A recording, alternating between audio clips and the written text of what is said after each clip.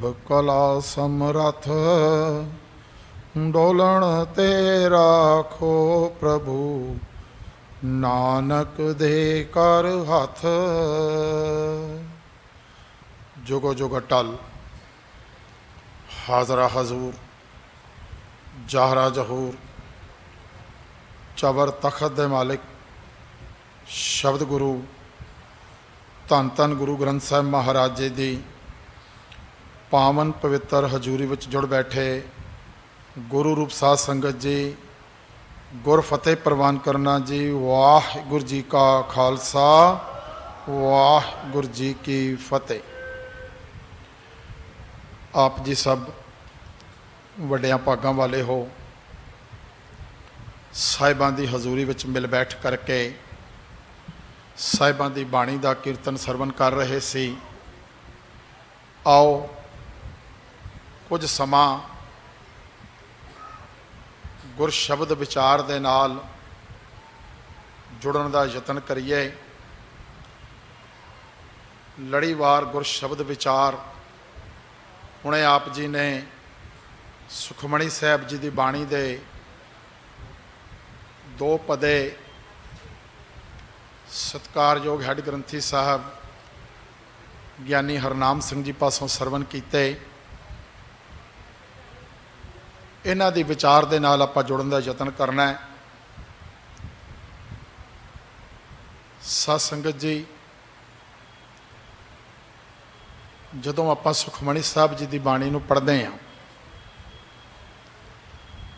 ਤਾਂ ਬਾਣੀ ਦੇ ਅਸ਼ਟਪਦੀ ਤੋਂ ਪਹਿਲਾਂ ਜੋ ਸ਼ਲੋਕ ਦਰਜ ਕੀਤਾ ਪਾਤਸ਼ਾਹ ਨੇ, ਉਸ ਸ਼ਲੋਕ ਦੇ ਭਾਵਾਂ ਨੂੰ ਖੋਲ੍ਹ ਕੇ ਅਸ਼ਟਪਦੀ ਦੇ ਵਿੱਚ ਸਮਝਾਇਆ ਹੈ। ਜਿਹੜਾ ਸ਼ਲੋਕ ਕੱਲ੍ਹ ਆਪਾਂ ਸਰਵਨ ਕੀਤਾ, ਜਿਸ ਦੇ ਵਿਚਾਰ ਦੇ ਨਾਲ ਜੁੜਨ ਦਾ ਯਤਨ ਕੀਤਾ ਹੈ, ਗਿਆਨ ਅੰਜਨ ਗੁਰ ਦੀਆ, ਅਗਿਆਨ ਅੰਧੇਰ ਬਿਨਾਸ਼, ਹਰ ਕਿਰਪਾ ਤੇ ਸੰਤ ਭੇਟਿਆ, ਨਾਨਕ ਮਨ ਪ੍ਰਕਾਸ਼। ਇਹ 23ਵਾਂ ਸ਼ਲੋਕ ਤੇ ਇਸ ਦੇ ਨਾਲ ਅੱਜ ਅਸ਼ਟਪਦੀ ਦੇ 2 ਪਦਿਆਂ ਦੀ ਵਿਚਾਰ। ਜਦੋਂ ਆਪਾਂ ਆਪਣੇ ਜੀਵਨ ਵੱਲ ਝਾਤ ਮਾਰੀਏ ਤਾਂ ਸਾਡੇ ਕੋਲੋਂ ਬਾਰ-ਬਾਰ ਗਲਤੀਆਂ ਤੇ ਭੁੱਲਾਂ ਹੁੰਦੀਆਂ ਨੇ। ਆਪਾਂ ਬਾਣੀ ਵਿੱਚ ਵੀ ਪੜ੍ਹਦੇ ਹਾਂ, ਭੁੱਲਣ ਅੰਦਰ ਸਭ ਕੋ ਅਭੁੱਲ ਗੁਰੂ ਕਰਤਾਰ। ਆਪਾਂ ਸਾਰੇ ਜੀਵ ਭੁੱਲਣਹਾਰ ਹਾਂ ਤੇ ਇਹਨਾਂ ਭੁੱਲਾਂ ਦੇ ਜਦੋਂ ਆਪਾਂ ਕਾਰਨਾਂ ਵੱਲ ਨਜ਼ਰ ਮਾਰੀਏ, ਇਹ ਭੁੱਲਾਂ ਕਿਉਂ ਹੁੰਦੀਆਂ ਨੇ? ਕੁਝ ਭੁੱਲਾਂ ਤਾਂ ਸਾਡੀ ਮੂਰਖਤਾ ਕਾਰਨ, ਸਾਡੀ ਢੀਠਤਾਈ ਕਾਰਨ ਹੁੰਦੀਆਂ ਨੇ। ਕੁਝ ਭੁੱਲਾਂ ਸਾਡੇ ਗਿਆਨ ਇੰਦਰੇ, ਅੱਖ, ਨੱਕ, ਕੰਨ, ਤਵਚਾ, ਇਹਨਾਂ ਦੇ ਕਾਰਨ, ਇਹਨਾਂ ਦੇ ਵਿੱਚ ਕਮੀ ਆ ਜਾਵੇ ਤਾਂ ਕਰਕੇ ਹੋ ਜਾਂਦੀ। ਤੇ ਜ਼ਿਆਦਾਤਰ ਭੁੱਲਾਂ ਜਿਹੜੀਆਂ ਨੇ ਔਰ ਜਿਨ੍ਹਾਂ ਦਾ ਸਭ ਤੋਂ ਜ਼ਿਆਦਾ ਨੁਕਸਾਨ ਵੀ ਹੁੰਦਾ ਹੈ, ਉਹ ਭੁੱਲਾਂ ਦਾ ਕਾਰਨ ਅਗਿਆਨਤਾ ਹੈ। ਗਿਆਨ ਦਾ ਨਾ ਹੋਣਾ।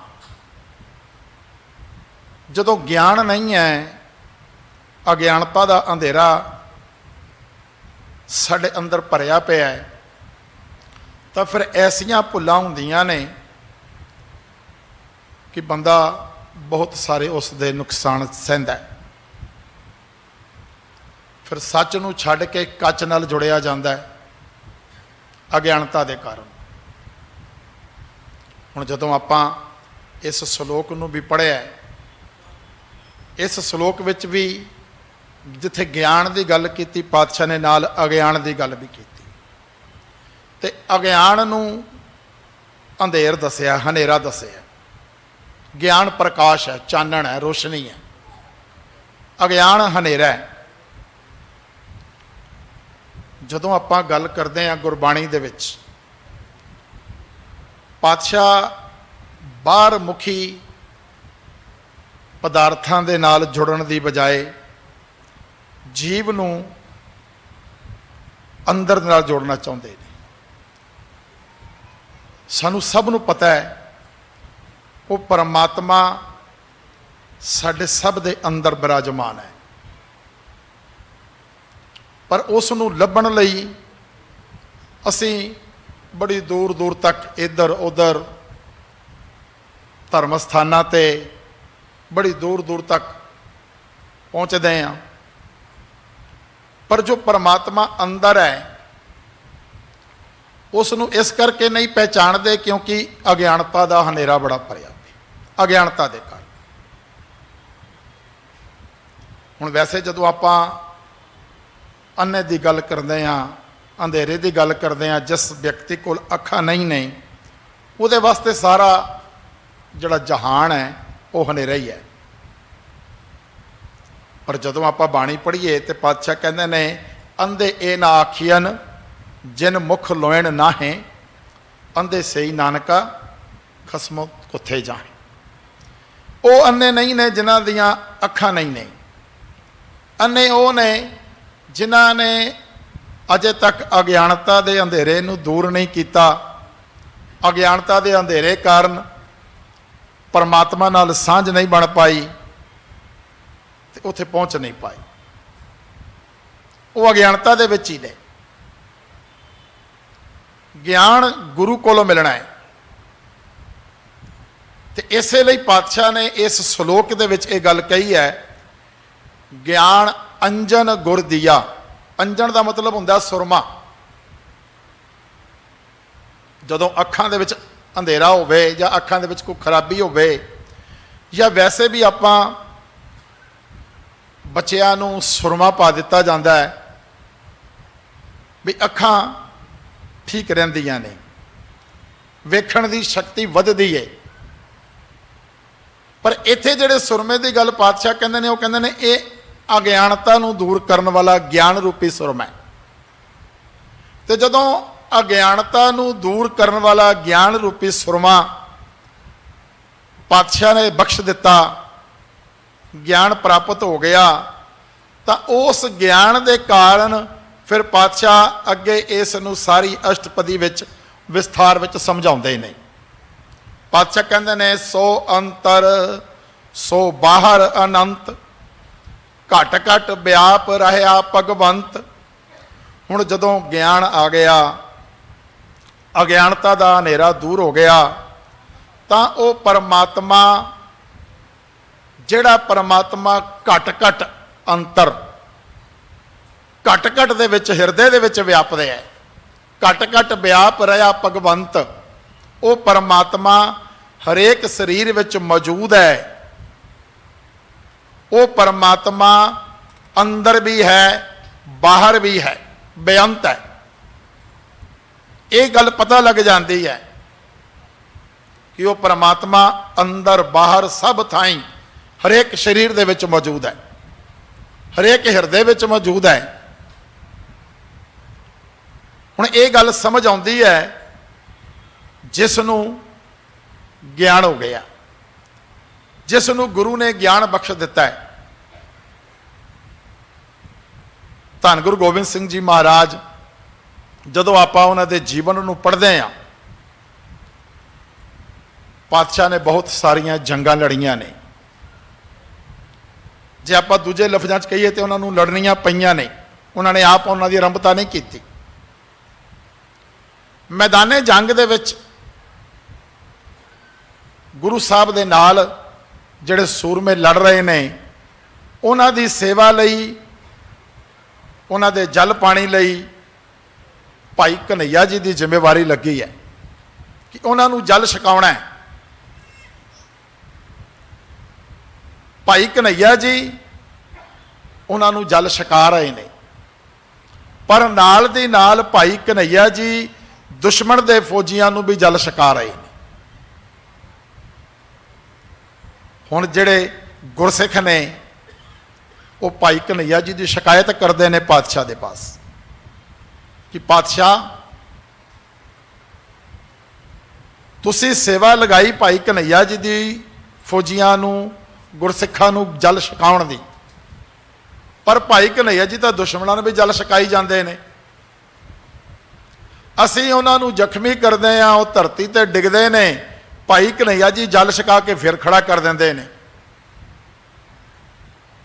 बादशाह ने भाई कन्हैया जी नूं बुलाया भाई कन्हैया जी तुहाडी शिकायत आई है। भाई कन्हैया जी हथ जोड़ के कहते ने महाराज की शिकायत है। भाई जी, भाई कन्हैया जी तुसी दुश्मन नूं भी जल छका रहे हो, दुश्मन नूं भी जल छका रहे। हुण भाई कन्हैया जी का जिहड़ा जवाब है वो गल इत्थे समझ आती कि उन्होंने ज्ञान प्राप्त हो चुका, अज्ञानता का हनेरा खत्म हो चुका है। घट घट व्याप रहा भगवंत वाली अवस्था उन्होंने समझ आ रही है। वो कहते पातशाह मैनू तो कोई दुश्मन नज़र ही नहीं आता, मैं तो सब दे विच आप जी के दर्शन कर रहा। हुण इत्थे गल है सो अंतर सो बाहर अनंत, घट घट व्याप रहा भगवंत। भाई कन्हैया जी कहते हैं कि मैनू तो सब दे विच तुसीं आप नज़र आ रहे हो, मैनू कोई दुश्मन नज़र नहीं आता, ना को बैरी ना है बेगाना, सगल संग हमको बने आई। असी गुरबाणी विचों इन्हां उपदेशों नूं प्राप्त करना है। कोई बैरी नहीं, कोई बेगाना नहीं। जदों बाणी का उपदेश ज्ञान अंदर टिक गया, अज्ञानता का हनेरा खत्म हो गया, तो फिर ये अवस्था बन आएगी। भाई कन्हैया जी कहते हैं पातशाह मैनू कोई दुश्मन नज़र नहीं आ रहा, तो पातशाह प्रसन्न होंदे ने। पातशाह भाई कन्हैया जी के उस जवाब तो प्रसन्न होंदे ने। तो आप सारिਆਂ ने इस साखी नूं बड़े विस्तार नाल सुनिया कि पातशाह भाई कन्हैया जी नूं नाल एक मलम की डब्बी भी देंदे ने कि हुण केवल जल नहीं छकाउणा, जे किसी के जख्म ते मलम की लोड़ है तो मलम भी ला देनी। ये अवस्था है, ये अवस्था है सब दे विच परमात्मा नूं देखण वाली। घट घट व्याप रहा भगवंत हर हिरदे विच। ते जे ये अवस्था बन आवे तो साडी जिंदगी दीयां बड़ियां सारियां समस्यावां हल हो जाण। जदों असीं एक दूजे नूं अपना ते पराया समझदे हां, कोई अपना ते पराया है, जदों ये अवस्था बदल जावे तो सचमुच बड़ियां सारियां परेशानियां खत्म हो जाण। पातशाह कह रहे ने इस दूसरे पदे के आरंभ विच कि सो अंतर सो बाहर अनंत, घट घट व्याप रहा भगवंत। वो परमात्मा जो बेअंत है, वो अंदर बाहर सब थाई हरेक शरीर विच मौजूद है, सब दे विच मौजूद है। तरन माहे आकाश पयाल, सर्व लोक पूर्ण प्रतिपाल। वो धरती विच भी है, धरती के उपर भी है। आकाश जो सानू उपर नज़र आता है, पयाल पताल जो नीचे ने धरती तो, हर थां मौजूद है। कोई ऐसा थां नहीं जिसते वो परमात्मा नहीं है। सर्व लोक पूर्ण प्रतिपाल, सारे भवनां विच मौजूद है। केवल मौजूद ही नहीं है, सब दी प्रतिपालना भी कर रहा है, सब दी पालना पोषणा कर रहा है।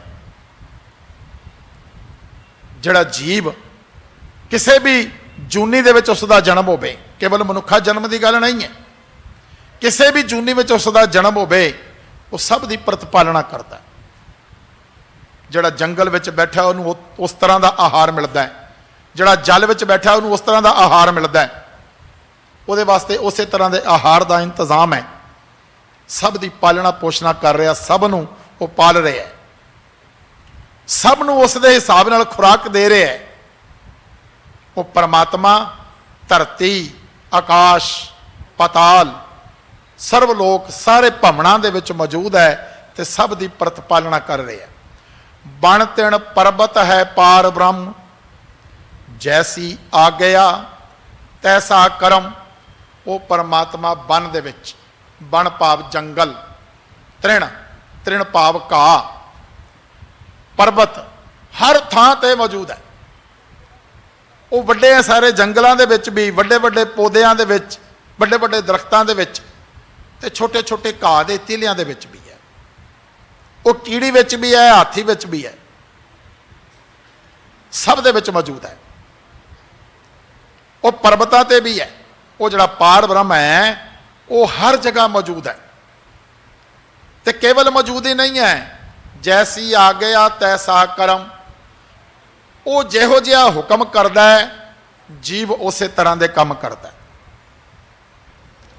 इत्थे फिर एक गल असी मनुखां दे विच ये गल वेखदे हां कि मनुख उहदे हुक्म तो किते इधर उधर हो जाते हैं, पर जानवर नहीं होंदे।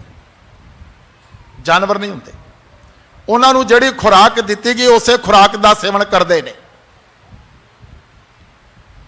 गां का खाना, गां की खुराक घाह है, वो कदे भी इस तो इलावा और कुछ नहीं खाएगी। शेर ने केवल मांस खाना है, वो भुखा मर जाएगा पर कदे मांस तो इलावा और कुछ नहीं खाएगा। जैसी आ गया तैसा करो।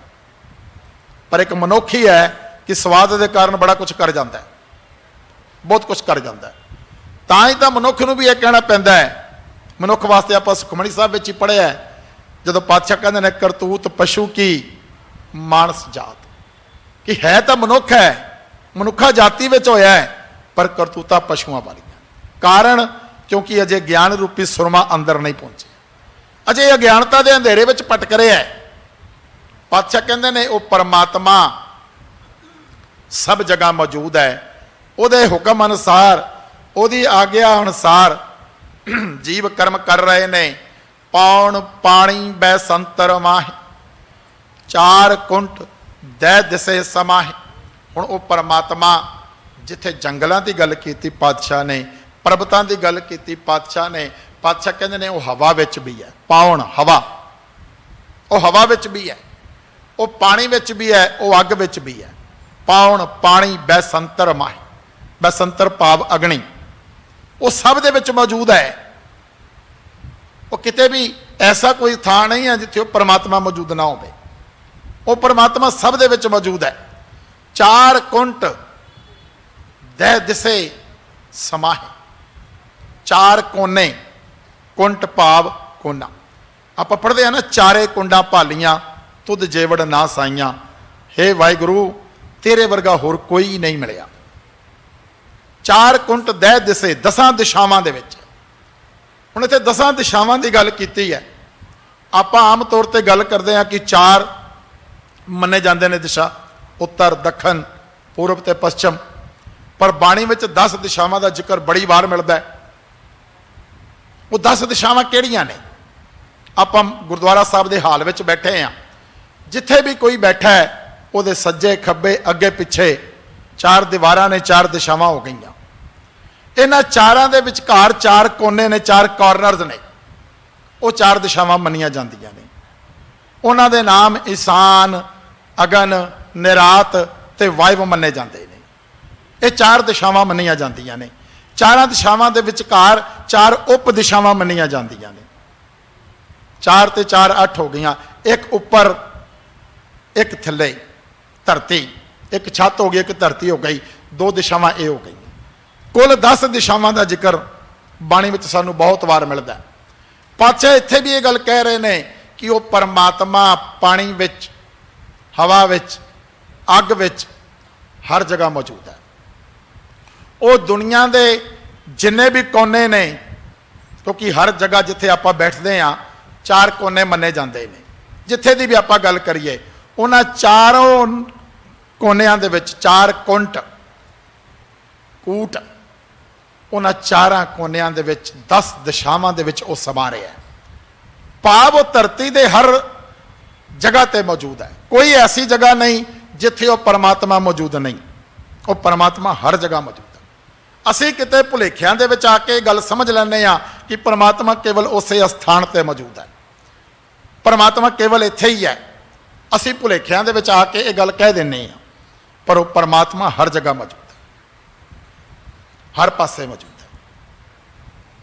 आप धन गुरु नानक साहब महाराज जी का जीवन पढ़ते हैं।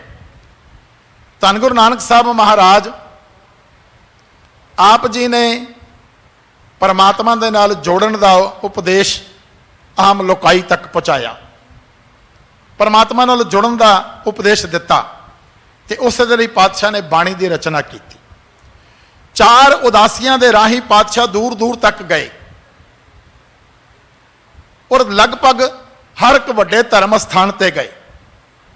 जदों आपां इस्लाम नूं मन्नण वाले भैणां भरावां दी गल करदे हां, उन्हां दे धर्म दा केंद्र मक्का मन्निया जांदा है, मक्का मदीना कहदे नहीं। दुनिया दे विच कोई भी मस्जिद किते भी बनी जावे, उस मस्जिद दा दरवाजा उस मक्के वाले पासे मूँह करके बनाया जाता है। दुनिया में किते भी कोई मुसलमान वीर नमाज पढ़ता होवे, उहदा मूँह उस पासे होएगा जिधर मक्का है। उन्हां दा यह भरोसा है कि परमात्मा खुदा मक्के विच ही वसदा है, उन्हां दा यह भरोसा है। धन गुरु नानक साहब महाराज जदों उदासियां ते गए ने, तो पातशाह मक्के भी गए ने। हुण मक्के दे विच कोई गैर मुसलिम व्यक्ति जा नहीं सकता, पर पातशाह गए ने उत्थे। कई बार इस गल ते बड़ी विचार हुंदी है, पर जदों आपां भाई गुरदास जी नूं पढ़दे हां ते भाई गुरदास जी दीयां वारां दे विच सानूं मिलदा है बाबा फेर मक्के गया, गुरु नानक साहब मक्के गए ने। हुण उत्थे जाके पातशाह इस भुलेखे नूं दूर करना चाहते हैं कि खुदा केवल एक पासे है। आपां इत्थे गुरुद्वारा साहब बैठे हैं, धन गुरु ग्रंथ साहब महाराज जी की हाज़री में बैठे हैं, हजूरी में बैठे हैं, तो किते कोई व्यक्ति गुरु साहब वाले पासे पिठ करके बैठ जाए तो सानू माड़ा लगता है, असीं उसनूं रोक देने कि गुरु साहब वाले पासे पिठ नहीं करनी। गुरु साहब बैठे ने, सत्कार है, ये साडी मर्यादा है कि असीं सत्कार नाल चौंकड़ा मार के जिवें तुसीं संगत विच बैठे हो, ये गुरु के सामने बैठण की मर्यादा है। हुण गुरु नानक साहब जदों मक्के गए ने, तो उत्थे भी उन्हां दी यही मर्यादा है, क्योंकि आपां हुणे गल कीती है कि दुनिया विच किते भी है मुसलमान, उहदा सिर केवल मक्के वाले पासे झुकदा है, नमाज पढ़दे हैं। तो गुरु साहब धन गुरु नानक साहब महाराज उधर पैर करके लेट गए ने, जिधर मक्के दा जिथा उन्हां दा केंद्री घर जिहड़ा मन्निया जाता है, उत्थे जदों बाहर बैठे ने आराम करने लई पैर करके लेट गए। हुण सचमुच अज भी ऐसी किते कोई घटना होवे, असी संगत विच बैठे हैं, कोई ऐसी हरकत करे तो असी उसनूं बड़ा झड़कांगे, बड़ा गुस्सा करांगे, कोई प्यार नाल भी समझावांगे। इसे तरह जदों गुरु नानक साहब उधर लेटे ने, तो एक व्यक्ति उसने पातशाह नूं लत्त मारी। आपां हुणे गल कर रहे हैं, असीं भी गुस्सा करांगे। ते नाल ये भी कहा कि खुदा दे घर वाले पासे लत्तां करके पिया। हुण गुरु नानक साहब का बड़ा सहज रूप विच जवाब है कि भाई जिधर खुदा नहीं है मेरियां लत्तां उधर कर दे, जिधर खुदा नहीं है मेरियां लत्तां उधर कर दे। उन्हें गुरु साहब दीयां लत्तां नूं पकड़िया ते लत्तां दूसरे पासे घुमा दित्तियां ने। हुण वो की देख रहे कि उन्होंने मक्का फिर उधर ही नज़र आ रहा जिधर पातशाह दीयां लत्तां ने। वो भुलेखे विच है कि पता नहीं हो सकता मेरे को लत्तां घुमियां ना होण। वो फिर लत्तां नूं पकड़दा पातशाह दीयां ते फिर घुमांदा है ते उन्होंने फिर उधर मक्का नज़र आउंदा। हुण उन्होंने सारे पासे मक्का नज़र आ रहा है, जिधर जिधर वो पातशाह दीयां लत्तां करदा उन्होंने सारे पासे मक्का नज़र आ रहा। फिरिया मक्का कला दिखाई। हुण वो बड़ा हैरान है। पातशाह इस भुलेखे नूं दूर करना चाहते हैं कि खुदा केवल एक पासे है या केवल एक बिल्डिंग दे विच या एक स्थान ते है। पातशाह कहते हैं कि वो परमात्मा हर जगह मौजूद है, चार कुंट दह दिसे समा है। वो हर कुंट विच है, हर दिशा दे विच है, हर कोने दे विच है, ऊपर भी है नीचे भी है, सारिया दिशावां ते है। कोई ऐसी जगह नहीं जिथे वो परमात्मा मौजूद नहीं। आपां जदों बाणी नूं पढ़ीए तो साडे इन्हां भुलेखिਆਂ नूं पातशाह दूर करते हैं। इत्थे फिर आपां इस भुलेखे तो बाहर जाइए तो अगे पातशाह कहते हैं तिसते पिन नहीं को ठाओ, गुर प्रसाद नानक सुख पाओ। कोई भी ऐसा थां, ठाओ का मतलब थां, कोई भी ऐसा थां नहीं है जिहड़ा उस परमात्मा तो अलग होवे, जिथे उस परमात्मा का वासा ना होवे। ਆਪਾਂ ਪੜ੍ਹਦੇ ਹਾਂ ਨਾ ਗੁਰੂ ਗੋਬਿੰਦ ਸਿੰਘ ਜੀ ਮਹਾਰਾਜ ਜੀ ਦੇ ਸਵਈਆਂ ਨੂੰ, ਉੱਥੇ ਵੀ ਪਾਤਸ਼ਾਹ ਕਹਿੰਦੇ ਨੇ ਕਾਹੂ ਲਖਿਓ ਹਰ ਆਵਾਚੀ ਦਿਸ਼ਾ ਮੈਂ, ਕਾਹੂ ਪਛਾ ਕੋ ਸੀਸ ਨਵਾਇਓ। ਕੋਈ ਦੱਖਣ ਵਿੱਚ ਮੰਨ ਰਿਹਾ ਆਵਾਚੀ ਭਾਵ ਦੱਖਣ ਦਿਸ਼ਾ, ਕੋਈ ਪੱਛਮ ਵਿੱਚ ਭਾਵ ਆਪਾਂ ਮੱਕੇ ਦੀ ਗੱਲ ਕਰੀਏ ਉਧਰ ਸੀਸ ਨਵਾ ਰਿਹਾ, ਕੋਈ ਉਧਰ ਸੀਸ ਨਵਾ ਰਿਹਾ, ਕੋਈ ਉਧਰ ਸੀਸ ਨਵਾ ਰਿਹਾ, ਕਿਸੇ ਨੇ ਉੱਥੇ ਮਿੱਥ ਲਿਆ, ਕਿਸੇ ਨੇ ਉੱਥੇ ਮਿੱਥ ਲਿਆ। ਪਰ ਪਾਤਸ਼ਾਹ ਕਹਿੰਦੇ ਨੇ ਤਿਸ ਤੇ ਪਿੰਨ ਨਹੀਂ ਕੋ ਠਾਉ, ਕੋਈ ਐਸਾ ਸਥਾਨ ਨਹੀਂ ਜਿੱਥੇ ਉਹ ਪਰਮਾਤਮਾ ਮੌਜੂਦ ਨਹੀਂ ਹੈ। ਉਹ ਪਰਮਾਤਮਾ ਮੌਜੂਦ ਹੈ, ਹਰ ਥਾਂ ਤੇ ਮੌਜੂਦ ਹੈ। ਗੁਰ ਪ੍ਰਸਾਦ ਨਾਨਕ ਸੁਖ ਪਾਓ, ਗੁਰੂ ਦੀ ਕਿਰਪਾ ਦੇ ਨਾਲ ਇਹ ਭਰੋਸਾ ਬਣਦਾ ਹੈ, ਇਹ ਆਨੰਦ ਬਣਦਾ ਹੈ, ਇਹ ਨਿਸ਼ਚਾ ਬਣ ਜਾਂਦਾ ਹੈ। ਤੇ ਫਿਰ ਜਦੋਂ ਇਹ ਭਰੋਸਾ ਆਨੰਦ ਬਣ ਗਿਆ, ਉਸ ਦੀ ਕਿਰਪਾ ਦੇ ਨਾਲ ਸਮਝ ਲਓ ਅਗਿਆਨਤਾ ਦਾ ਹਨੇਰਾ ਦੂਰ ਹੋ ਗਿਆ। ਸਮਝ ਲਓ ਕਿ ਗਿਆਨ ਰੂਪੀ ਸੁਰਮੇ ਨੇ ਆਪਣਾ ਅਸਰ ਕਰ ਦਿੱਤਾ ਹੈ।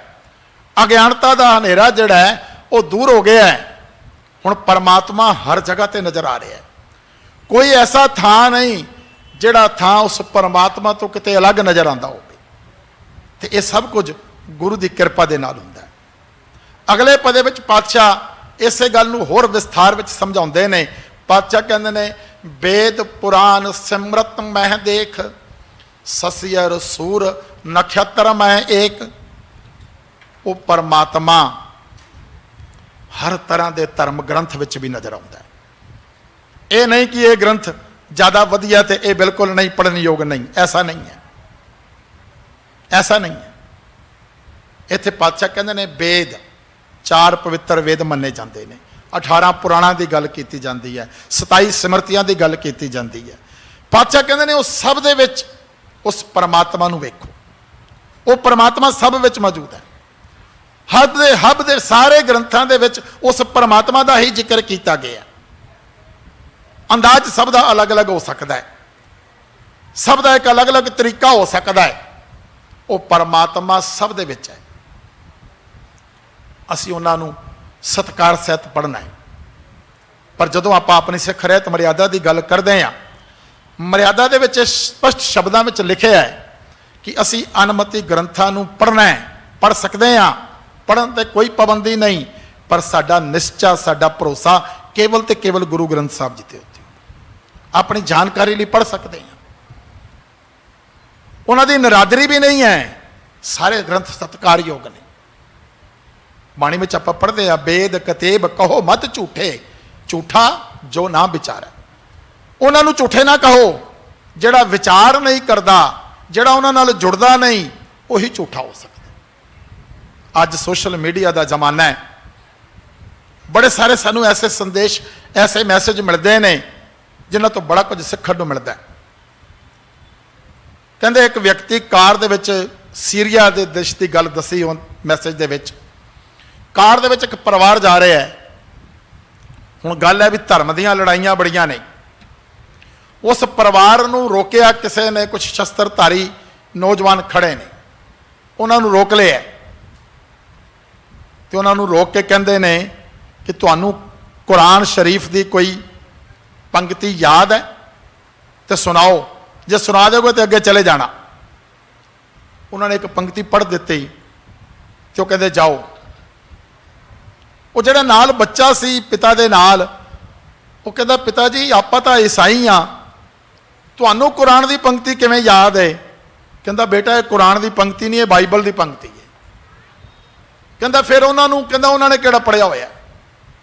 ਉਹਨਾਂ ਨੂੰ ਵੀ ਕੁਝ ਨਹੀਂ ਪਤਾ। ਜਿਹੜੇ ਵਿਅਕਤੀ ਨਹੀਂ ਪੜ੍ਹਦੇ ਉਹ ਇਸੇ ਚੱਕਰਾਂ 'ਚ ਪੈਂਦੇ ਨੇ। ਜਿਹੜੇ ਪੜ੍ਹ ਲੈਂਦੇ ਨੇ ਉਹਨਾਂ ਦੀ ਅਗਿਆਨਤਾ ਦਾ ਹਨੇਰਾ ਖਤਮ ਹੋ ਜਾਂਦਾ ਹੈ। ਗਿਆਨ ਦਾ ਸੁਰਮਾ ਜਦੋਂ ਅੰਦਰ ਆ ਜਾਵੇ ਤੇ ਫਿਰ ਉਹ ਕਿਸੇ ਨਾਲ ਭੇਦਭਾਵ ਨਹੀਂ ਕਰਦੇ। ਫਿਰ ਉਹਨਾਂ ਦੀ ਅਵਸਥਾ ਭਾਈ ਕਨ੍ਹਈਆ ਜੀ ਵਾਲੀ ਬਣ ਜਾਂਦੀ ਹੈ। ਉਹਨਾਂ ਨੂੰ ਫਿਰ ਕੋਈ ਮਾੜਾ ਚੰਗਾ ਨਜ਼ਰ ਨਹੀਂ ਆਉਂਦਾ, ਸਾਰੇ ਇੱਕੋ ਜਿਹੇ ਨਜ਼ਰ ਆਉਂਦੇ ਨੇ। ਇੱਥੇ ਵੀ ਪਾਤਸ਼ਾਹੀ ਗੱਲ ਕਹਿ ਰਹੇ ਨੇ ਵੇਦ ਪੁਰਾਨ ਸਿਮਰਤ ਮੈਂ ਦੇਖ, ਸਸਿਅਰ ਸੂਰ ਨਖਤਰ ਮੈਂ ਏਕ। ਸਸਿਅਰ ਚੰਦਰਮਾ, ਸੂਰ ਸੂਰਜ, ਨਖਤਰ ਤਾਰੇ, ਇਹ ਜਿੰਨੇ ਸਾਨੂੰ ਨਜ਼ਰ ਆਉਂਦੇ ਨੇ ਇਹਨਾਂ ਸਭ ਦੇ ਵਿੱਚ ਵੀ ਇੱਕ ਉਹੀ ਹੈ, ਉਹ ਪਰਮਾਤਮਾ ਹੈ। ਸਭ ਦੇ ਵਿੱਚ ਉਹ ਪਰਮਾਤਮਾ ਹੈ। ਉਹ ਪਰਮਾਤਮਾ ਸਭ ਦੇ ਵਿੱਚ ਸਰਬ ਵਿਆਪਕਤਾ ਦੇ ਵਿੱਚ ਹੈ। वो सब दे विच मौजूद है। जदों आपां एक ओंकार नूं पढ़दे हां, गुरबाणी दे पहले अखर एक ओंकार की जदों आपां गल करदे हां ते उहदा अर्थ यही है कि परमात्मा एक है। वो परमात्मा एक है। ओंग का मतलब परमात्मा, एका पाया एक है। कार वो लगातार सब दे विच एक रस व्यापक है, सब दे विच मौजूद है। जो कुछ भी उसने बनाया है उस सब दे विच मौजूद है। पातशाह अगे कहंदे ने, आप अडोल ना कबहूं डोलै, बाणी प्रभ की सब को बोलै, आप अडोल ना कबहूं डोलै। परमात्मा दी बाणी, अकाल पुरख दी बाणी, अकाल पुरख दी बोली हर व्यक्ति बोलता है, हर जीव बोलता है। हुण इत्थे भी ना एक साडे विच भुलेखा पैंदा है। असीं अपने आप नूं बोलियां विच भी वंड लिया कि मेरी बोली है वाली ते ओहदी बोली ओह वाली, पर परमात्मा दी बोली किहड़ी है? परमात्मा तो आपां हुणे गल कर रहे हो तो सब दे विच मौजूद है। परमात्मा दी बोली प्यार वाली बोली है। आपां पढ़दे हां जपजी साहब च, भाखिया भाव अपार, ओहदी बोली प्यार वाली है। भाखिया भाव भाषा बोली, पाओ प्यार, ओहदी बोली प्यार वाली है। वो प्यार वाली बोली बोलदा है। ਉਹਦੇ वास्ते कोई विशेष अखरां की लोड़ नहीं है। इत्थे जदों आपां गल कर रहे हैं कि हरेक जीव बाणी प्रभ की सब को बोलै, आप अडोल ना कबहूं डोलै, पर वो परमात्मा आप अडोल है। सारियां दे विच मौजूद होंदियां होइयां भी अडोलता वाली अवस्था विच है, कदे डोलदा नहीं है। हुण जिस व्यक्ति नूं ये एहसास है कि परमात्मा मेरे अंदर है, वो भी फिर अडोल है। जिसनों ये एहसास है कि परमात्मा दा वासा मेरे अंदर है, उहदे अंदर परमात्मा के गुण भर जाते हैं, गुणों की गल हो जाती है। वह भी अडोलता वाले गुण नूं अपना लैंदा है, वह भी निडरता वाले गुण नूं अपना लैंदा है, निर्वैरता वाले गुण नूं अपना लैंदा है। जदों इस अवस्था में पहुँचता है जी, वो किसी दे नाल वैर नहीं रखता, किसी तो डरदा नहीं, तो किसी भी सिचुएशन दे विच वो डोलदा नहीं, घबरांदा नहीं। अडोलता वाली गल है, वो सहज अवस्था वाली गल है। ये तिना गुणा तो उपर उठ के जी सहज अवस्था है, वो अडोलता की अवस्था है। फिर वो प्राणी डोलता नहीं। तो इस तरह पातशाह कहते हैं, आप अडोल ना कबहूं डोलै। अगे पातशाह कहते हैं, सर्ब कला कर खेलै खेल, मोल ना पाइयै गुण अमोल। वो परमात्मा सारियां ताकतां रच के, सर्ब कला, कला का मतलब है ताकत शक्ति। आम तौर पर आप जदों किसी का जिक्र करते हैं धर्म की दुनिया में, तो किसी देवते को 16 कला, किसी देवते को 14 कला संपूर्ण मन्निया जाता है। पर पातशाह जदों गल करते हैं तो कहते हैं सर्व कला भरपूर है, सारिया शक्तियां का मालक है। वो परमात्मा सर्व कला कर खेलै खेल, सारिया ताकतां रच के जगत दियां खेडां खेड रहे हैं, सारिया ताकतां नूं रच के। उहदे जिहड़े गुण ने, वो गुण जड़े ने वो किसी कीमत ते नहीं मिलते। कोई कहे कि मैनूं इन्ने दा वाला गुण मिल जाए, मेरे अंदर सच बोलने वाला गुण नहीं है, तो मैं उन्होंने बाजार तो जाके खरीद के लैके आ जावां, मैं कीमत दे देवां, नहीं, कीमत नाल नहीं मिलते। वो गुरु के ज्ञान नाल मिलते हैं, अज्ञानता के अंधेरे नूं दूर करके मिलते हैं। गुण अमोल, उन्हां दी कोई कीमत नहीं, मुल नहीं है, अमोल ने। आप रोज़ जपजी साहब भी पढ़ते हैं, अमुल गुण अमुल व्यापार। जिहड़े उहदे गुण ने उन्हां दा कोई मुल नहीं पाया जा सकता, उन्हां दी कोई कीमत नहीं दसी जा सकती। भगत कबीर जी कहते हैं, मन दे राम लिया है मोल। अपना मन देना पैंदा है, अपने मन नूं अर्पण करना पैंदा है। राजा जनक राजा भी है, पर धर्म की दुनिया में भी बड़ा सत्कार है। अपने देश के सारे वड्डे वड्डे विद्वानां नूं अपने कोल बुला लैंदा है, तो घोड़े ते चढ़न लगदा, कहंदा मैं जिन्नी देर च घोड़े ते चढ़ना है, इन्नी देर च मैनूं कोई ज्ञान की गल समझा दिओ, कोई ज्ञान की गल समझा दिओ। जदों वो घोड़े ते चढ़दा, पैर रखदा काठी ते नाल ही ऋषि अकटावशर जिहड़ा वो बोल पैंदा, कहंदा राजन अपना मन मेरे हवाले कर दे, अपना मन मेरे हवाले कर दे। हुण जदों मन ही गुरु के हवाले हो गया, फिर जो कुछ गुरु कहेगा ਉਹੀ ਕੁਝ ਕਰਨਾ, ਫਿਰ ਉਹੀ ਕੁਝ ਕਰਨਾ। ਜੇ ਮਨ ਆਪਣੇ ਕੋਲ ਹੈ, ਮਨ ਤਾਂ ਸਾਨੂੰ ਬੜਾ ਇੱਧਰ ਉੱਧਰ ਭਟਕਾ ਦਿੰਦਾ। ਮਨ ਦੇ ਪਿੱਛੇ ਚੱਲਣ ਵਾਲੇ ਨੂੰ ਅਸੀਂ ਮਨਮੁਖ ਕਹਿੰਦੇ ਹਾਂ, ਜਿਹੜਾ ਗੁਰੂ ਦੇ ਪਿੱਛੇ ਚੱਲਦਾ ਉਹਨੂੰ ਗੁਰਮੁਖ ਕਿਹਾ ਜਾਂਦਾ। ਮਨਮੁਖ ਤੇ ਗੁਰਮੁਖ ਦਾ ਬੜਾ ਭਾਰੀ ਅੰਤਰ ਹੈ। ਤੇ ਜਦੋਂ ਆਪਣਾ ਮਨ ਹੀ ਗੁਰੂ ਦੇ ਹਵਾਲੇ ਕਰ ਦਿੱਤਾ, ਜਦੋਂ ਮਨ ਹੀ ਗੁਰੂ ਨੂੰ ਦੇ ਦਿੱਤਾ, ਤਾਂ ਫਿਰ ਕੀ ਹੈ? ਫਿਰ ਸਭ ਕੁਝ ਗੁਰੂ ਦਾ ਹੀ ਹੈ। ਇੱਥੇ ਵੀ ਪਾਤਸ਼ਾਹ ਕਹਿੰਦੇ ਨੇ ਕੋਈ ਹੋਰ ਦੁਨਿਆਵੀ ਕੀਮਤ ਨਹੀਂ ਦਿੱਤੀ ਜਾ ਸਕਦੀ। ਮੋਲ ਨਾ ਪਾਈਐ ਗੁਣੇ ਅਮੋਲ, ਉਹਦੇ ਜਿਹੜੇ ਗੁਣ ਨੇ ਉਹ ਕਿਸੇ ਦੁਨਿਆਵੀ ਕੀਮਤ ਦੇ ਨਾਲ, ਮੁੱਲ ਦੇ ਨਾਲ ਨਹੀਂ ਮਿਲਦੇ। ਆਪਣਾ ਆਪ ਭੇਟ ਕਰਨਾ ਪੈਂਦਾ। ਆਪ ਗਵਾਈਐ ਤਾਂ ਸ਼ਹੁ ਪਾਈਐ। ਆਪਣਾ ਆਪ ਗਵਾਉਣਾ ਪਏਗਾ, ਆਪਣੀ ਹਉਮੈ ਨੂੰ ਗਵਾਉਣਾ ਪਏਗਾ, ਤਾਂ ਉਸ ਪਰਮਾਤਮਾ ਦੀ ਪ੍ਰਾਪਤੀ ਹੈ, ਤਾਂ ਉਸ ਪਰਮਾਤਮਾ ਰੂਪੀ ਪਤੀ ਦੀ ਪ੍ਰਾਪਤੀ ਹੁੰਦੀ ਹੈ। ਪਾਤਸ਼ਾਹ ਅੱਗੇ ਕਹਿੰਦੇ ਨੇ ਸਰਬ ਜੋਤ ਮਹਿ ਜਾਂ ਕੀ ਜੋਤ, ਧਾਰ ਰਹਿਓ ਸੁਆਮੀ ਓਤ ਪੋਤ। ਉਸ ਪਰਮਾਤਮਾ ਦੀ ਜੋਤ ਸਭ ਦੇ ਵਿੱਚ ਮੌਜੂਦ ਹੈ, ਸਭ ਦੇ ਵਿੱਚ। ਸਰਬ ਜੋਤ ਮੈਂ ਤਾਂ ਕੀ ਜੋਤ, ਸਾਰੀਆਂ ਜੋਤਾਂ ਦੇ ਵਿੱਚ ਉਹ ਜੋਤ ਜਗ ਰਹੀ ਹੈ।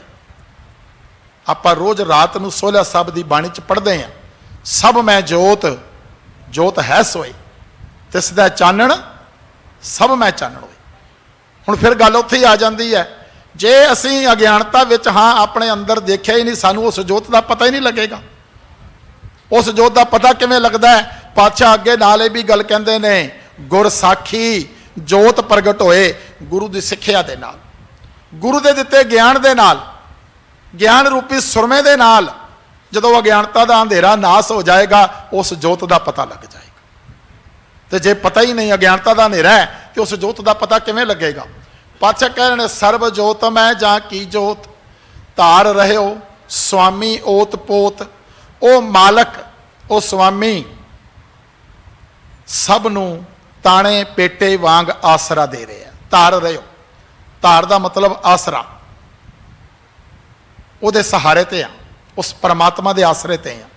ਤੇ ਉਹਦਾ ਆਸਰਾ ਵੀ ਇਸ ਤਰ੍ਹਾਂ ਹੈ ਜਿਵੇਂ ਓਤ ਪੋਤ ਹੈ। ਜਦੋਂ ਕੱਪੜਾ ਬੁਣਿਆ ਜਾਂਦਾ ਹੈ, ਇੱਕ ਤਾਰ ਇੱਧਰ ਹੁੰਦੀ ਹੈ, ਇੱਕ ਤਾਰ ਇੱਧਰ ਹੁੰਦੀ ਹੈ, ਓਤ ਤੇ ਪੋਤ, ਤਾਣਾ ਪੇਟਾ ਜਿਹਨੂੰ ਕਹਿ ਦਿੰਦੇ। ਜਦੋਂ ਓਤ ਪੋਤ ਵਾਂਗ ਕੱਪੜਾ ਹੁੰਦਾ ਹੈ, ਤੇ ਫਿਰ ਉਹ ਪੱਕਾ ਹੋ ਜਾਂਦਾ ਹੈ, ਉਹ ਟਿਕ ਜਾਂਦਾ ਹੈ। ਉਹਦੇ ਸਿਰ ਤੇ ਹੀ ਉਹ ਕੱਪੜਾ ਟਿਕਿਆ ਹੈ। ਫਿਰ ਉਹਨੂੰ ਜਿੰਨੀ ਮਰਜ਼ੀ ਜਿਵੇਂ ਮਰਜ਼ੀ ਕੱਟੀ ਜਾਓ, ਜੋ ਮਰਜ਼ੀ ਬਣਾਈ ਜਾਓ, ਉਸ ਦੇ ਸਾਰੇ ਤੇ ਟਿਕਿਆ ਹੋਇਆ। ਇਸੇ ਤਰ੍ਹਾਂ ਪਾਤਸ਼ਾਹ ਕਹਿ ਰਹੇ ਨੇ ਧਾਰ ਰਹਿਓ ਸੁਆਮੀ ਓਤ ਪੋਤ। ਉਹ ਪਰਮਾਤਮਾ ਤਾਣੇ ਪੇਟੇ ਵਾਂਗ ਸਭ ਨੂੰ ਆਸਰਾ ਦੇ ਰਿਹਾ। ਸਾਰੇ ਉਹਦੇ ਆਸਰੇ ਤੇ ਨੇ। ਸੂਰਜ ਵੀ ਉਹਦੇ ਆਸਰੇ ਤੇ ਚੱਲ ਰਿਹਾ ਹੈ, ਚੰਦਰਮਾ ਵੀ ਉਹਦੇ ਆਸਰੇ ਤੇ ਚੱਲ ਰਿਹਾ। ਧਰਤੀ ਸੂਰਜ ਦੇ ਚੱਕਰ ਕੱਟੀ ਜਾ ਰਹੀ ਹੈ, ਚੰਦਰਮਾ ਧਰਤੀ ਦੇ ਚੱਕਰ ਕੱਟੀ ਜਾ ਰਿਹਾ ਹੈ। ਉਸ ਦੀ ਆਗਿਆ ਦੇ ਵਿੱਚ, ਉਸ ਦੇ ਹੁਕਮ ਦੇ ਵਿੱਚ ਸਭ ਕੁਝ ਹੋ ਰਿਹਾ ਹੈ। ਉਸ ਪਰਮਾਤਮਾ ਨੇ ਜੋ ਕੁਝ ਕੀਤਾ ਹੈ, ਉਹ ਬਿਲਕੁਲ ਵਧੀਆ ਤਰੀਕੇ ਦੇ ਨਾਲ ਬੜਾ ਪੂਰਾ ਕੀਤਾ ਹੈ। ਪੂਰੇ ਕਾ ਕੀਆ ਸਭ ਕੁਝ ਪੂਰਾ, ਘੱਟ ਵੱਧ ਕੁਛ ਨਹੀਂ। ਇਨਸਾਨ ਨੇ ਕੋਈ ਚੀਜ਼ ਬਣਾਈ ਹੈ, ਉਹਦਾ ਕਿਤੇ ਨਾ ਕਿਤੇ ਕੋਈ ਐਕਸੀਡੈਂਟ ਹੋ ਜਾਏਗਾ, ਕਿਤੇ ਨਾ ਕਿਤੇ ਕੋਈ ਕਮੀ ਨਜ਼ਰ ਆ ਜਾਏਗੀ। ਪਰ ਇਹ ਪਤਾ ਨਹੀਂ ਕਿਤਨੇ ਸਮੇਂ ਤੋਂ ਧਰਤੀ ਤੇ ਹੋਰ ਗ੍ਰਹਿ ਸੂਰਜ ਦੇ ਦੁਆਲੇ ਘੁੰਮੀ ਜਾਂਦੇ ਨੇ, ਤੂੰ ਚੰਦਰਮਾ ਧਰਤੀ ਦੇ ਦੁਆਲੇ ਘੁੰਮੀ ਜਾਂਦਾ ਹੈ, ਕਦੇ ਕੋਈ ਟਕਰਾ ਨਹੀਂ ਹੈ ਆਪਸ ਵਿੱਚ। ਤਾਰ ਰਹੇ ਹੋ ਸੁਆਮੀ ਓਤ ਪੋਤ। ਉਸ ਦੇ ਸਹਾਰੇ ਤੇ ਸਭ ਕੁਝ ਚੱਲ ਰਿਹਾ, ਉਹਦੇ ਇਸ਼ਾਰੇ ਤੇ ਸਭ ਕੁਝ ਚੱਲ ਰਿਹਾ। ਤੇ ਆਖਰੀ ਪੰਕਤੀਆਂ 'ਚ ਪਾਤਸ਼ਾਹ ਕਹਿ ਰਹੇ ਨੇ ਗੁਰ ਪ੍ਰਸਾਦ ਭਰਮ ਕਾ ਨਾਸ, ਨਾਨਕ ਤਿਨ ਮੈਂ ਇਹ ਵਿਸਾਸ। ਗੁਰੂ ਦੀ ਕਿਰਪਾ ਦੇ ਨਾਲ ਭਰਮ ਦਾ ਨਾਸ ਹੋ ਗਿਆ। ਹੁਣ ਭਰਮ ਕੀ ਹੈ? ਭਰਮ ਕੀ ਹੈ? ਅੱਜ ਦਾ ਤੁਸੀਂ ਹੁਕਮਨਾਮਾ ਪੜ੍ਹੋ। ਇਸ ਹੁਕਮਨਾਮੇ ਦੇ ਰਹਾਓ ਵਾਲੇ ਪਦੇ ਨੂੰ ਜਦੋਂ ਆਪਾਂ ਪੜ੍ਹਦੇ ਹਾਂ, ਪਾਤਸ਼ਾਹ ਕਹਿੰਦੇ ਨੇ ਮਦ ਵੇ ਕਿਆ ਕਹੀਏ ਭਰਮ ਐਸਾ, ਜੈਸਾ ਮਾਨੀਏ ਹੋਏ ਨਾ ਤੈਸਾ। ਜੋ ਕੁਝ ਮੰਨਦੇ ਆ ਉਹ ਚੀਜ਼ ਨਹੀਂ ਹੁੰਦੀ, ਇਹ ਭਰਮ ਹੈ। ਜੋ ਚੀਜ਼ ਅਸਲੀਅਤ ਤੋਂ ਹਟ ਕੇ ਅਸੀਂ ਸਮਝ ਲੈਂਦੇ ਹਾਂ, ਭਰਮ ਹੈ। ਅਸਲੀਅਤ ਤੋਂ ਦੂਰ ਹੈ, ਸੱਚ ਤੋਂ ਦੂਰ ਹੈ, ਭਰਮ ਹੈ। ਤੇ ਬੜਿਆਂ ਲੰਮਿਆਂ ਸਮਿਆਂ ਤੋਂ ਦੁਨੀਆ ਭਰਮ ਦੇ ਵਿੱਚ ਭਟਕ ਰਹੀ ਹੈ, ਭਰਮ ਦੇ ਵਿੱਚ ਭਟਕ ਰਹੀ ਹੈ। ਆਪਾਂ ਜਦੋਂ ਹੁਣੇ ਗੱਲ ਕਰ ਰਹੇ ਸੀ, ਸਤਿਗੁਰ ਸੱਚੇ ਪਾਤਸ਼ਾਹ ਧੰਨ ਗੁਰੂ ਨਾਨਕ ਸਾਹਿਬ ਮਹਾਰਾਜ ਨੇ ਦੂਰ ਦੂਰ ਤੱਕ ਜਾ ਕੇ ਲੋਕਾਂ ਨੂੰ ਇਹਨਾਂ ਭਰਮ ਭੁਲੇਖਿਆਂ ਵਿੱਚੋਂ ਕੱਢਿਆ ਇਹਨਾਂ ਭਰਮ ਭੁਲੇਖਿਆਂ ਵਿੱਚੋਂ। ਪਾਤਸ਼ਾਹ ਆਪਾਂ ਵਿਸ਼ੇਸ਼ ਤੌਰ ਤੇ ਗੱਲ ਕਰੀਏ, ਧਰਮ ਸਥਾਨਾਂ ਤੇ ਜਾਂਦੇ ਨੇ, लोग भरम दे विच भटकदे ने, ऐसे कर्म कांडां विच फसे ने, पातशाह उन्हां नूं समझा रहे ने, पातशाह उन्हां नूं समझाते ने। बाकी गुरु साहिबान भी बाणी राहीं गुरु साहिबान के जीवन उपदेश विचों जदों आपां पढ़दे हां, इस तरह का सानूं मिलदा है पढ़न। पातशाह इस भरम तो सानूं दूर करते हैं, भरम तो भुलेखिया तो दूर करते हैं। दुनिया भरम दे विच बड़ी फसी हुई है। धन गुरु गोबिंद सिंह जी महाराज आनंदपुर साहब की धरती ते दीवान लग्या होया पातशाह दा। पातशाह रोजाना संगतां नूं उपदेश बख्शदे ने। एक दिन पातशाह के मन में आउंदा है कि ये बड़े लंबे समय तो गुरु घर नाल जुड़े ने, ते इन्हां दी एक परख लई जावे। गुरु का उपदेश सुनते ने कि सचमुच उपदेश की समझ भी है कि नहीं, केवल सुनने तक ही सीमित है। क्योंकि असी सुनना सब तो पहली जमात है। सुनना आरंभ करांगे तो फिर पढ़ांगे, फिर गावांगे, फिर विचार नाल जुड़ांगे, अगे अगे वधी जावांगे। पातशाह कहते ने वेखिए भी उत्थे ही टिके ने जां अगे भी वधे ने। एक शनिचरवार वाला दिन, आपां सारे जानते हैं शनिचरवार नूं सवेरे सवेरे सानूं गलियां विच आवाज़ां आनियां शुरू हो जांदियां ने। शनिचरवार वाले दिन विशेष तौर पर लोग मंगण लई आउंदे ने। लोग अपने घरां दे बाहर निंबू मिर्चां टंगदे ने। बड़ियां भरम दियां निशानियां ने, बड़े तरह के भरम ने। हुण पातशाह एक शनिचरवार वाले दिन एक ब्राह्मण नूं, एक पंडित नूं बुलाउंदे ने। उन्होंने बड़ा कुछ दान देंदे ने। आपां सारे इस गल नूं जानते हैं, आपां वेख रहे हैं दुनिया दे विच समाज विच जो हो रहा है। विशेष तौर पर शनिचरवार वाले दिन लोहा दान दिता जाता है। मां की दाल, जिन्हों काली दाल भी आपां कह दिंदे आ, ते सरों का तेल। पातशाह बड़ी वड्डी मात्रा में उस पंडित नूं सब कुछ देंदे ने। हुण गुरसिख बड़े हैरान ने कि पातशाह सानू तो कहते ने कि कोई दिन चंगा नहीं, कोई दिन माड़ा नहीं, सारे दिन इक्को जिहे ने, कोई दिन चंगा माड़ा नहीं है। सही चंद चढ़े से तारे, सही दिनियर तपत रहे। कि हरेक दिन नूं चंद्रमे भी आउंदा है, तारे भी आते हैं। दिनियर भाव सूरज जिहड़ा दिन वेले तपांदा है वह भी रोज़ आउंदा है। तो अज पातशाह शनिचरवार वाले दिन ये सब कुछ क्यों कर रहे हैं? हुण गुरु को सवाल कौन पूछे, पर गुरु साहब तो परख लै रहे हैं। हुण कुछ 5-7 गुरसिख संगत विचों उठते हैं, तो पंडित जी जड़े है सारा समान लैके अपने खोते उत्ते रख के, क्योंकि उन्होंने समयां दे विच समान लिआण लिजाण लई खोतियां दी ही वरतों कीती जांदी सी। ट्रांसपोर्टेशन का साधन सा। अज भी किते किते मिल जाता सानू देखण नूं। वो पंडित जी के पिछे चले गए। आनंदपुर साहब बड़ा छोटा जिहा शहर है। जदों शहर तो बाहर पंडित जी गए, उन्होंने गुरसिखां ने पंडित जी नूं रोक लिया कि पंडित जी कित्थों आ रहे हो? तुहाडे गुरु ने यह दान दिता है। कहते तुहानूं ही क्यों दिता है? कहते क्योंकि केवल असी ही दान लै सकते हैं। सनातन मत की मर्यादा मुताबक 4 वड्डियां जातां दे विच सारे समाज नूं वंडिया गया है। सब दे वखरे वखरे कर्म ने, वखरे वखरे त्यौहार निश्चित किए गए। धर्म का काम ब्राह्मण ने करना, पंडित ने करना।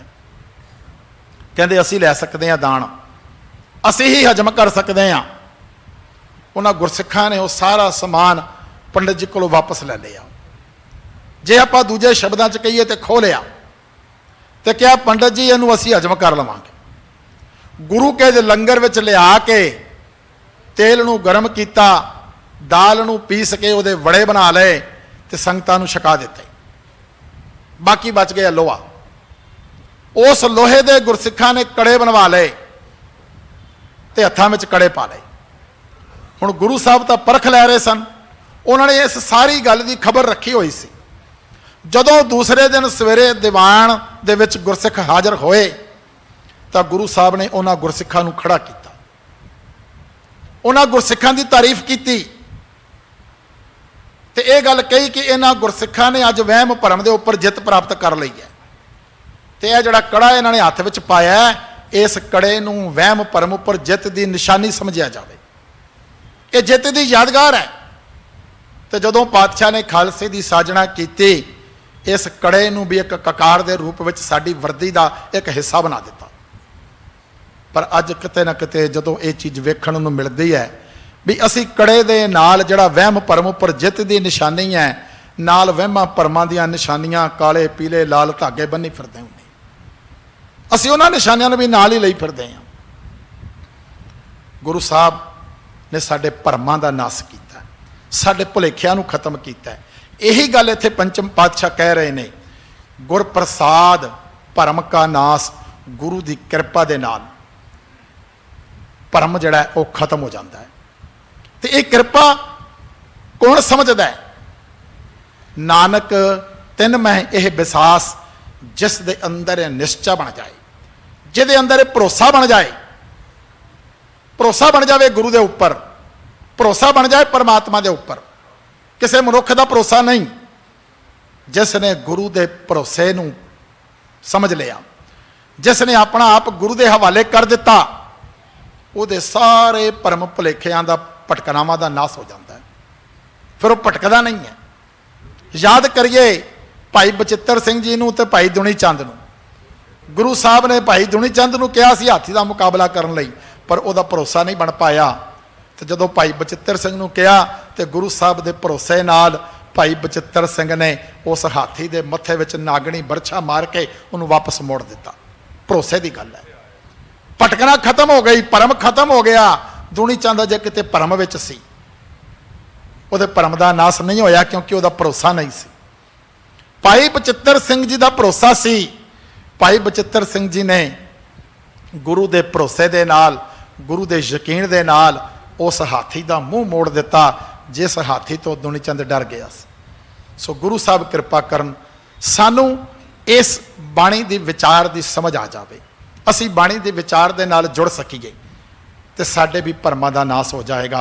यही अरदास बेनती जोदड़ी सतगुरु सच्चे पातशाह के अगे करके जाइए कि सच्चे पातशाह सानू भी गुरु साहब की बाणी दे नाल जुड़न का जो उपराला आप जी करते हो, उस उपराले विच असी भी बाणी नाल जुड़ सकीए। बाणी नाल जोड़ के असी भी अपने इन्हां भरमां का, इन्हां भुलेखिਆਂ का नाश कर सकीए। यही अरदास बेनती जोदड़ी असी गुरु साहब की कृपा विच करके जानी है, गुरु की हजूरी विच करके जानी है।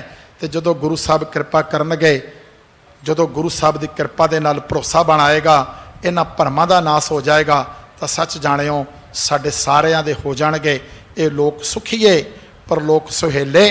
नानक हर प्रभ आपे मेले वाली दात सानू साब नू प्राप्त हो जाएगी जी। बहुत बहुत कोटान कोट शुक्र सतगुरु सच्चे पातशाह धन धन गुरु ग्रंथ साहब जी महाराज जी का, जिन्हां दी अपार बख्शिश सदका आप संगतां दे सामने बाणी दे विचार करन दा ये मौका पातशाह ने बख्शिया। बहुत बहुत धन्यवाद दिल्ली सिख गुरुद्वारा मैनेजमेंट कमेटी, धर्म प्रचार कमेटी और इत्थों के सत्कारयोग हैड ग्रंथी सत्कारयोग भाई साहब भाई हरनाम सिंह जी जो खुद बड़े बड़े विद्वान ने, तो इत्थे मौका भी दिंदे ने गुरबाणी के विचार का। गुरु साहब कृपा करन सारिया संगतां दा, सारे ग्रंथी सिंघां दा, सेवादारां दा, सब दा बहुत बहुत धन्यवाद। वाहिगुरू जी का खालसा, वाहिगुरू जी की फतेह।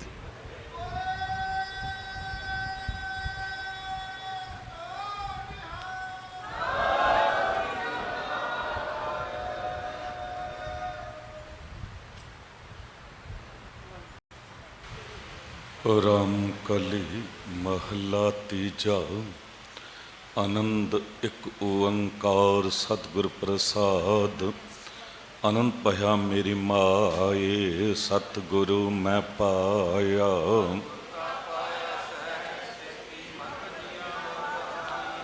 राग रतन परवार